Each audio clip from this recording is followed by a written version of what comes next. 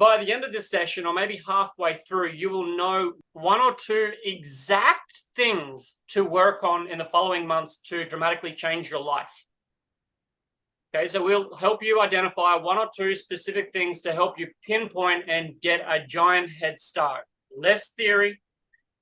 And if you walk away with here knowing where, it'll save you a world of hardship, okay?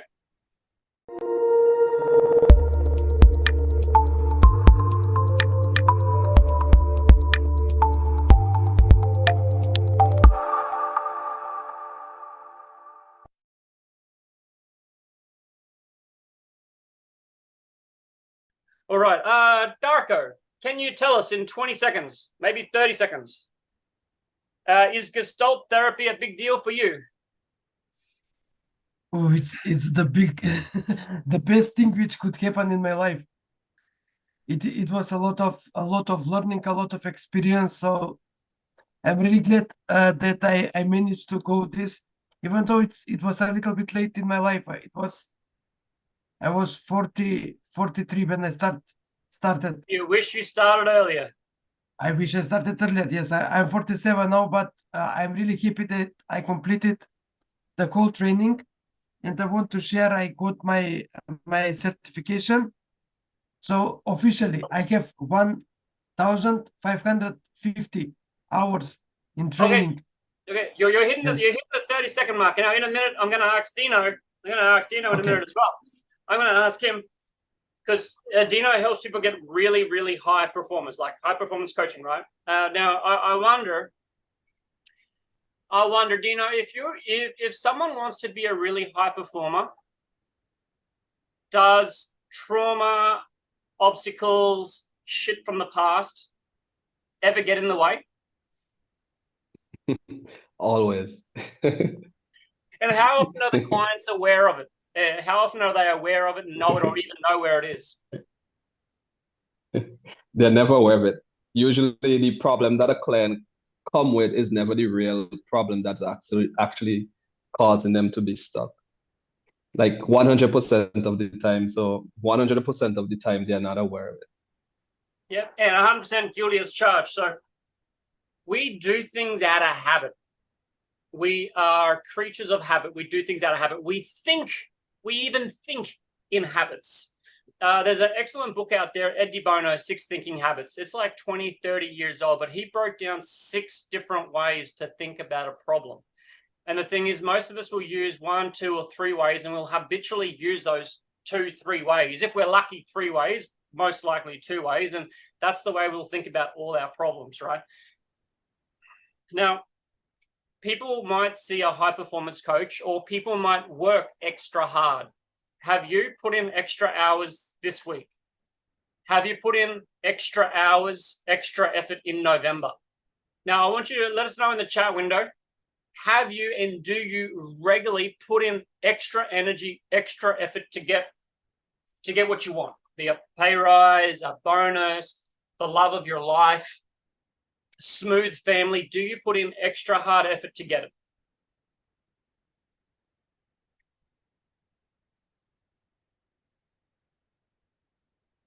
Cheers, Jay. It's okay if you don't. Some people don't, but I expect people that will come here, especially one of these days, are the type that put in the extra effort. Now, the thing is, when you put in that extra effort, if there's, say, 6 different ways to think, there's infinite ways, but if there's 6 or 7 different ways to think, there's a fair chance that you'll rely on the habitual ways. Yeah. If you've been thinking 1 or 2 ways, you know, with your thinking the way you've grown up, you're going to keep thinking. So your potential for excellence is going to be limited by your habits and the way you do things. Now, we can give you a lecture and show you a pile more ways to do things. Great. But being creatures of habit, you'll probably fall back on the regular ways. Everyone with me here? Making good sense? Now, what makes you choose those ways? For those that are in the pursuit of financial freedom, What makes you pursue financial freedom? What makes you pursue financial freedom? Or what's important in financial freedom?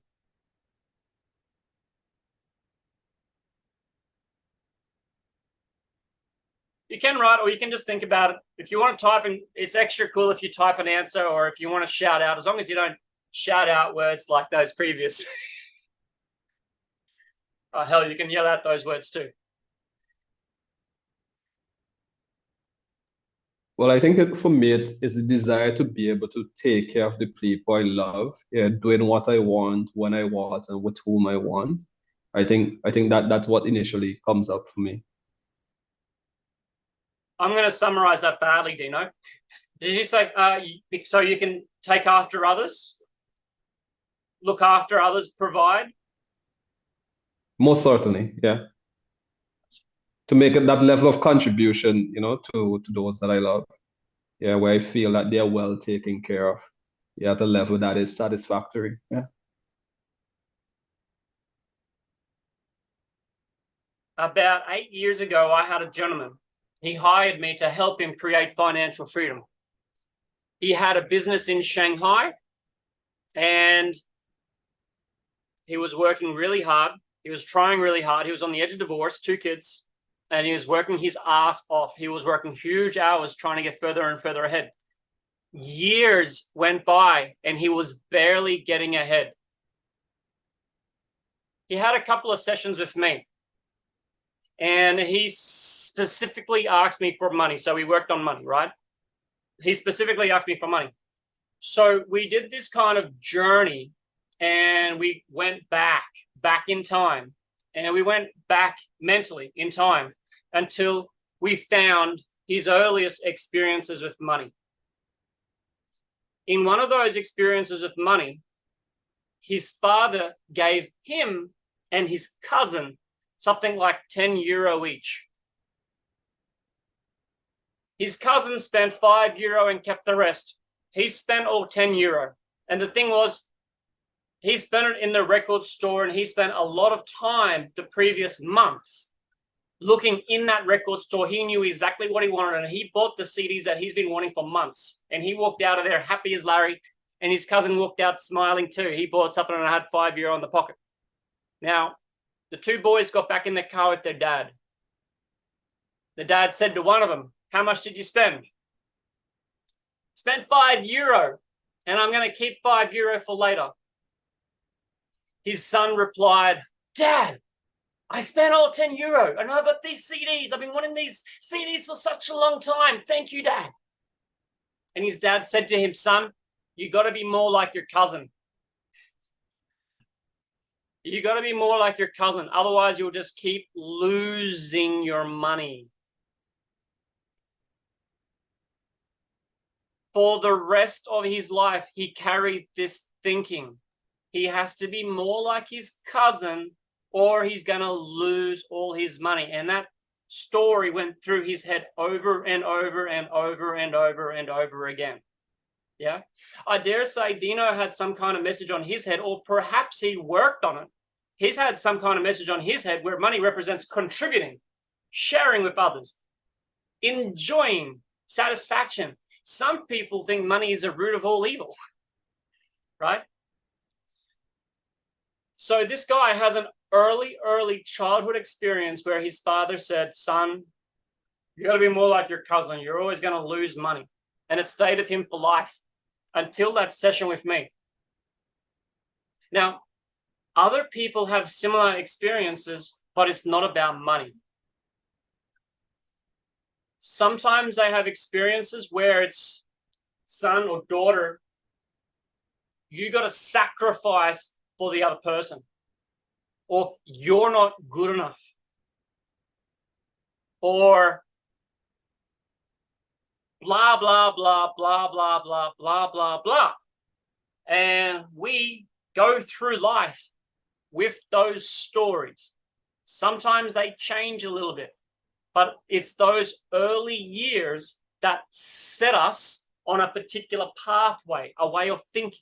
Now, my client's way of thinking was, "I got to be more like my cousin. I'm going to lose my money. And he went through, through his teenage years, through his 20s, through his 30s. And by the time he got to 40, he had no idea. He had no idea what the memory was. It was just his way of being. He had no idea about the memory. He's just working his ass off, going harder and harder and harder, trying to provide for his family. And he had no idea that this memory back there was sabotaging all his work. A question for you. Would you rather have a memory sabotaging you, or would you rather be sabotaging yourself? You want a memory sabotaging you? We often call it an imprint. Do you want an imprint sabotaging you, or do you want to be sabotaging yourself?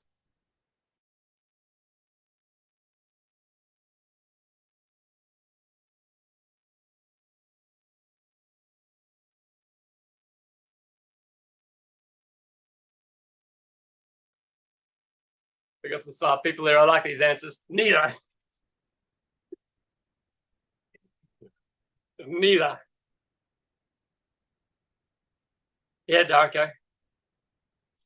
I think that that we think that we are sabotaging ourselves because there is a lot of generalizations in the life, but in reality there is some memory which we are not aware of that keeps sabotaging us. So during the development process, we need to find that memory on that experience which is causing us to sabotaging behavior. Now, I'll give you one or two more experiences, okay? One or more, but some shorter stories, okay? Once upon a time, I was a little kid, and I had a hammer, and I had some wood, and I can't really remember what I was doing, but I was trying to do something.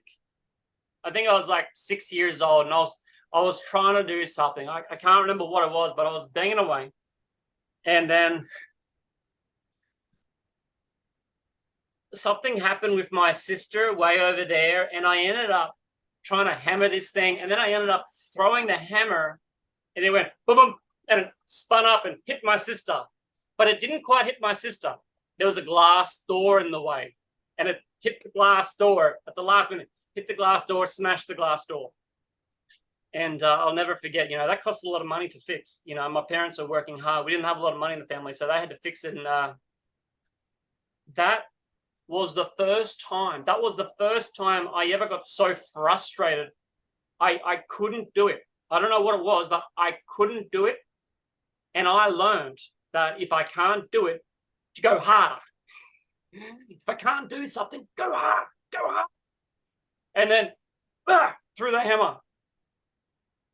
Some people might say, well, Adrian, that appears to be a gestalt, or that appears to be an imprint.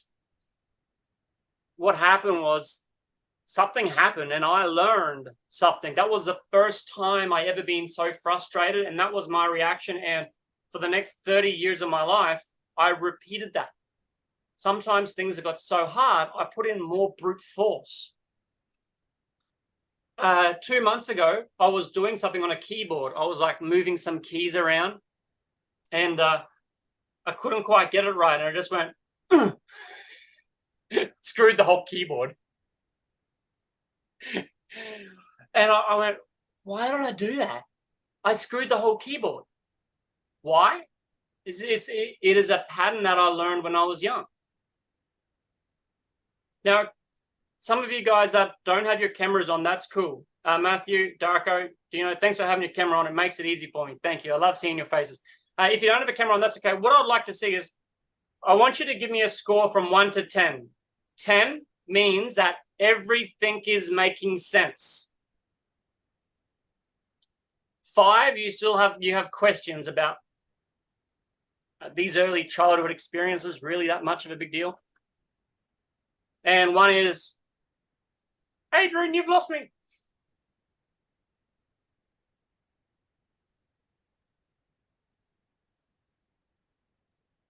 And if anyone puts down lower, it's okay.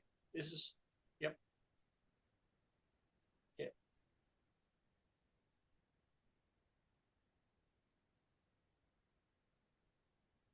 Okay, I'm going to share one more example, and I'm going to share this next example, and I'm going to share it in a minute. And then maybe Jay, if Jay can share an example in a minute, 30 seconds to a minute, maybe Jay can share an example. Once upon a time when I was young, again, I must have been like 7 years old. I remember going home, and at school, we had this thing with a book. And in the book, there was a character wearing a jacket in the rain. And I came home and I went into my room and I got out my raincoat, and I remember standing at the front door and I knocked, knock, knock, knock, knock, knock. And I played a joke on my mum, or not a joke. I tried to be the character from the book. I put on the jacket and it was raining. I was playing out just what I learned at school. But my mum was too busy. In my initial memory, my first memory, my mum was too busy. And I was a bit of a pain in the ass or something. And that memory for me was something along the lines of not being loved or not being good enough. I can't remember what it was. I did a session with a gentleman, and he took me back using hypnosis. Over about 30 minutes in hypnosis, we went back and we found that memory and we worked on that memory. So 30-minute hypnosis process, we went back, we found that process, and we changed that. Now, whenever I think of that, I think differently. I know I'm more aware of what actually happened. My mum was probably worn out because she was so busy providing for us. Yeah. So I've given that memory an updated spin. But the most important thing was that memory had stayed with me from like 7 years old to maybe 40 years old. That memory had stayed with me. And it made me confirm over and over again that I wasn't good enough, or I wasn't lovable enough, or some BS. You guys know what BS means? Good. BS. That was some BS story I'd been carrying. And I spoke to my mum about it. I spoke to my mum about it a few months ago. And she's just like, that's not what happened. Little boy, that's not what happened. You had lots of love. It's just something happened. Something happened at that time. And the little boy, me playing there in a raincoat, I don't know. But I took away a bad lesson, and it's stayed with me for life. And I had troubles with relationships, troubles in love. And it might have been because of that initial experience. Not all these memories are so early, but the ones that are the most earliest have the most impact. And that should make a lot of sense. So a little 5-year-old or a 6 and 7-year-old feeling unloved, or suddenly being bitten by a dog, or falling out a window, can have a lot of emotional impact. And then it just becomes a pattern that recycles, goes over and over and over. Now, Jay, you up for sharing a little example or something? Yeah, it's not a problem at all, actually. It's quite interesting how, when you're talking, my mind was already thinking back. We did a very significant one a couple of weeks ago on this on the training session during the week. But one of the things that I remembered was that there was this young boy across the road who always seemed to have everything, and no matter what, he played sport, he played cricket, he was better than me. He was all of these things that I inspired. I've got to be like him. I had this vision of wanting to be like somebody else. And it stuck with me because it sort of came up as an aside to what work I did a couple of weeks ago. And only this week, I realized that boy was 2 years older than me. And if I'm 8, 9, or 10 years old, that 2 years is a heck of a difference in abilities. So I was always comparing myself to much older kids. And then I had the realization that when I started school, I turned 5 just before school started, so I was allowed to start. I was always the youngest kid in the class. And I was always comparing myself to kids up to 12 months older. And when you're only 5 or 6 or 7, that's a heck of a difference. So I realized what it was that drove me to always be a high achiever. So that's a little bit of a story that there's some work to do, but yeah. Okay, now, Jay, you've been doing personal development for a long time. Dino, Darko, I think a lot of us have been doing personal development for a long time. And it is amazing that we still find some of these experiences. Now, perhaps in another year, maybe we won't find them. When I look back in my history, all I was seeing was stepping stones. But it was only a couple of weeks ago, I think 2 weeks ago, I remembered that there was a suicide when I was a teenager. And the way I handled the suicide is largely the reason we do Motivate Community. We do Motivate Community because I had the ability to influence and stop someone from killing themselves, but I didn't know how. I didn't have the tools. I didn't have the techniques. I didn't have the strategies. I didn't know people. So old mate killed himself and left a wreck with a pile of other young kids distraught and taking it personally. And I know now that we could have done a lot more and a lot better, but I didn't even know that was part of the motivating force behind Motivate Community. I thought Motivate Community was sharing personal development. And then when I found that memory for me, I was like a suicide. I was like, oh, shit. And that's why a lot of us, we put clients change helping people before profits. Because a lot of us have a similar experience where we wanted to make a difference. Yeah. Now, I'm sure it all makes a lot more sense for people, right?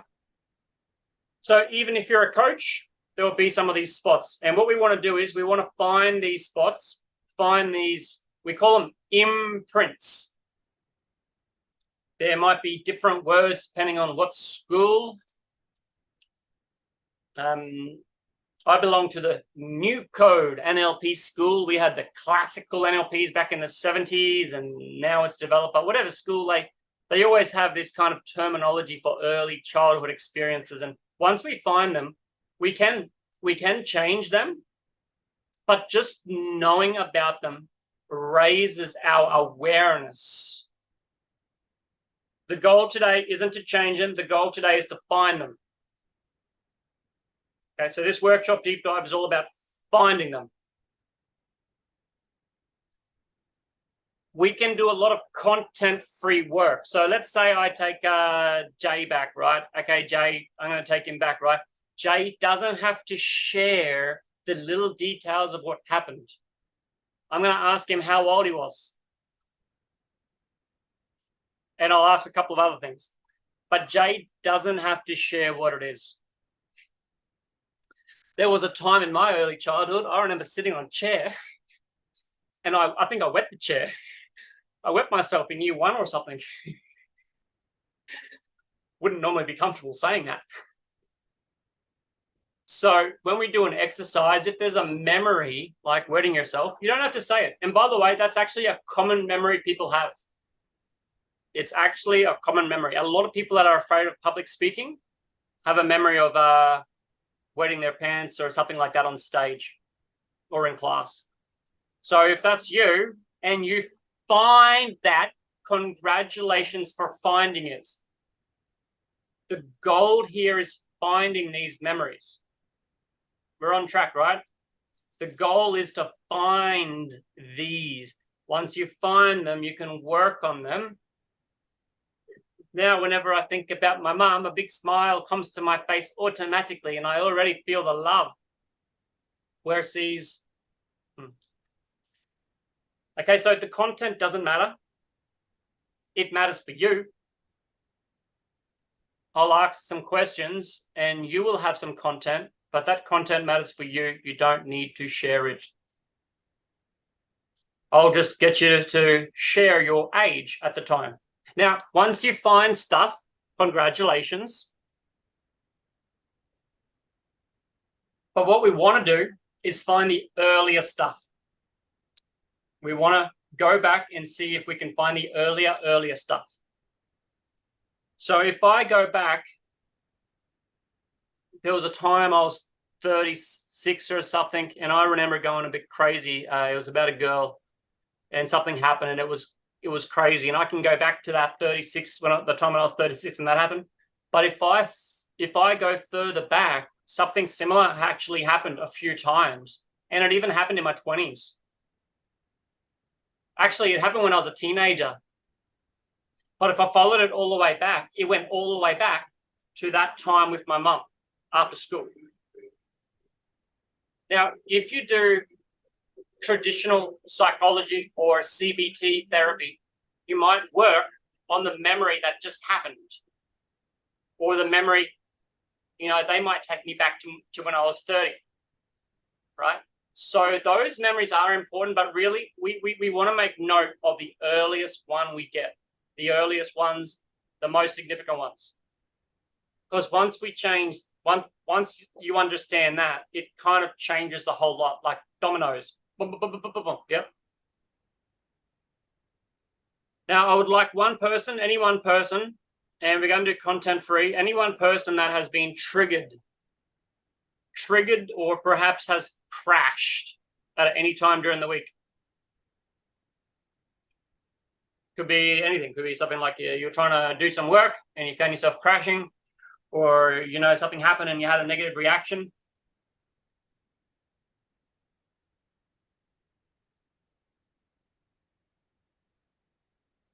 All right. I'll put up. It's getting serious, Jay. I'm taking off my watch. All right. Hey, just relax. Now, I would like everybody, not just Jay, I would like you all to think about something that's made you crash a little bit. Crash. Maybe the kids did something and you snapped. Maybe your partner did something and you held anger. You did something you're not happy with. Could even be procrastination. Now, Jay, just relax for a moment. I got to relax a little bit more too.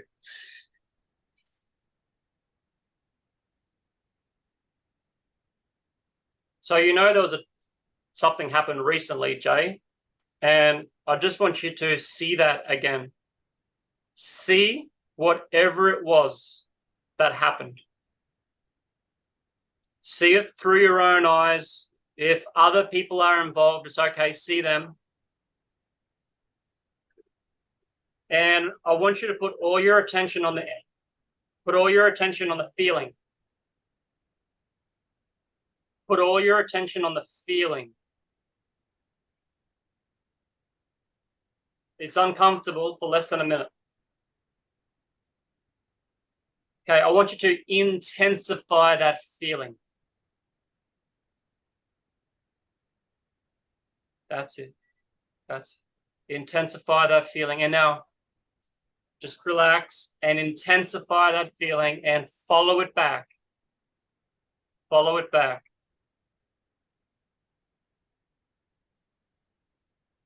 Just follow that feeling back.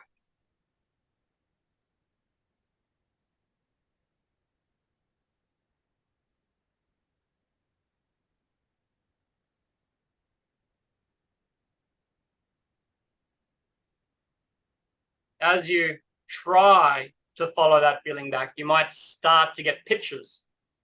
And before you know it, you are following that feeling back. And then you're really following that feeling back. Follow that feeling way back to the first time you felt that feeling.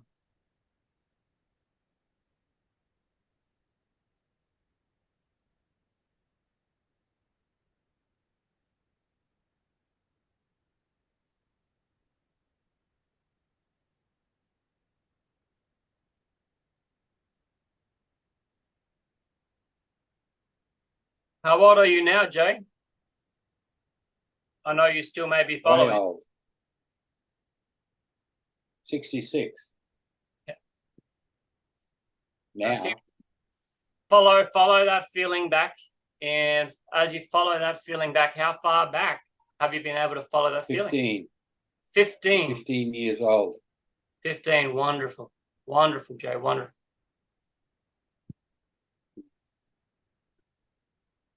Now, I just want to have you to step into that 15-year-old and intensify that feeling even more. and follow it back. Follow it back even more.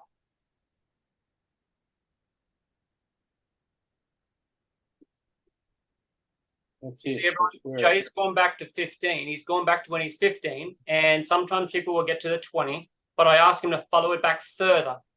And at one point there, I said to him, so you're 15, all right, go into it at 15 and intense it more, and maybe he'll go back even earlier.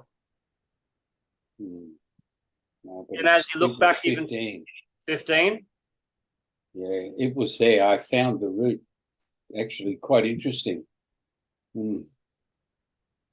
if you can, Jay, take a note of that. Look at it. Step out of I it. know it well. Look at it from different angles.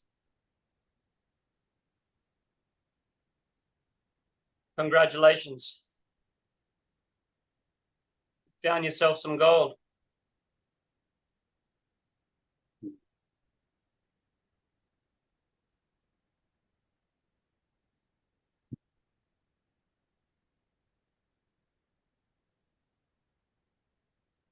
Now, Jay, if I could just ask you to pause around there and write that event down for yourself so you can finish it a little bit later on. I might need you tonight. I might get you into one of the rooms. Dino, Darko, Jay, I'll probably get you guys into a room each so we'll be able to take 1 or 2 people through the process. Not sure if we'll have 3 rooms or 2 rooms, but you see, guys, Jay did not share any confidential information. He didn't have to share any feelings or anything there. Now, what Jay might like to do now, and I think Jay would probably like to work on that memory, and Jay might like to spend maybe 5, maybe 10 minutes working on that memory, because Jay's unconscious already knows what to do. Jay knows what to do in that memory. But if Jay didn't know what to do, he could just write it down and work on it later on. Because that happened when he was 15 years old. And Jay, was there like security cameras around? Security cameras? Is it journalized? Are there any photographs or video of that event? So that event up here in your memory, right? Yeah. Yep. Do you remember what color undies you were wearing that day? Do you remember what you had for breakfast? No idea. No idea. Just as we thought. Now, this is what happens. The brain locks in some memory. Some things get locked into memory. But in actual fact, we didn't even know what color undies we were wearing that day. We don't know if we had breakfast. We don't really know. Something of interest, though. It might just show something. From that day, I was given what was called a Darwin stubby, which is like 1.5 liters of beer, and it's shaped like a stubby bottle. So they used to call it like a Darwin stubby. Yeah, the man could drink this stubby. And I was given one. And I sat that on my bar or somewhere for years. I actually reinforced by keeping that memento and having it there. It actually, I've linked, that Darwin stubby was a link to that event. Yep. I just realized for so long. So it kept it within me for a long time. So it kept reinforcing. Now, if that thing was a very, very positive memory, but if that was a really positive memory, and I'm sure Jay might make it a really positive memory later, when he makes it a positive memory, all those times seeing it will be positive reinforcement, allowing him to not just kind of neutralize the past, but to turn it into a very positive experience. So 2023, Jay has things happening and they have a negative root. And now he can go back and he's identified he was 15, and that's where the root cause or the root issue or the root imprint is. Now it's probably a so-called negative one. And what we can do is we can kind of collapse that and we can make it neutral. But what we tend to do in our advanced group is we turn it into a very positive one. We turn them into very positive ones because it kind of turbocharges us, it turns us into like sad gurus, Incredible Hulks and Supermans. Okay. So the process there, right? It is relatively simple. People can actually change in an instant. Nothing quite worse than seeing a psychotherapist or a psychologist saying it takes years to change.